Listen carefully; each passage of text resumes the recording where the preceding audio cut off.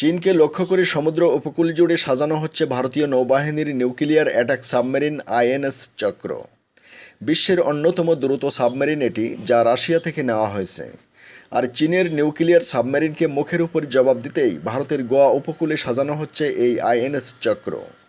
আর এ কারণেই ভারত মহাসাগরে চলছে ব্যাপক তোড়জোড়। কেবলমাত্র চীন নয়, পাকিস্তানি সাবমেরিনকেও যাতে ধ্বংস করে দেওয়া যায় তার জন্য শুরু হচ্ছে বিশেষ এই নৌ মহড়া। ট্রপিক্স 2017 নামের এই মহড়ায় অংশ নিচ্ছে ভারতের অন্তত 60টি কোস্টগার্ড ভেসেল। আর তাই যদি হয় তাহলে এটিই হবে পশ্চিম উপকূলে সর্বকালের বৃহত্তম মহড়া। জানা গেছে এই মহড়ায় সুখোইকে শত্রু বিমান হিসেবে কল্পনা করে আক্রমণে যাবে অন্যান্য যুদ্ধ বিমানগুলি। অন্যদিকে শত্রুপক্ষের ছদ্মবেশে থাকা ভারতীয় যুদ্ধজাহাজ লক্ষ্য করে ব্রহ্মসসহ একাধিক ক্রুজ মিসাইল, 300 কিলোমিটার দূরে থাকা শত্রুপক্ষের জাহাজকে ডুবিয়ে দিতে পারবে এমন সব প্রযুক্তিও ব্যবহার করা হবে। এছাড়াও এই মহড়ায় যুক্ত হচ্ছে নতুন রিফুয়েলিং ট্যাঙ্কার। সমুদ্রের উপরে দীর্ঘক্ষণ যুদ্ধ চলাকালীন যাতে জ্বালানির অভাবে বসে যেতে না হয় তার সব ব্যবস্থাই এখন রয়েছে ভারতের।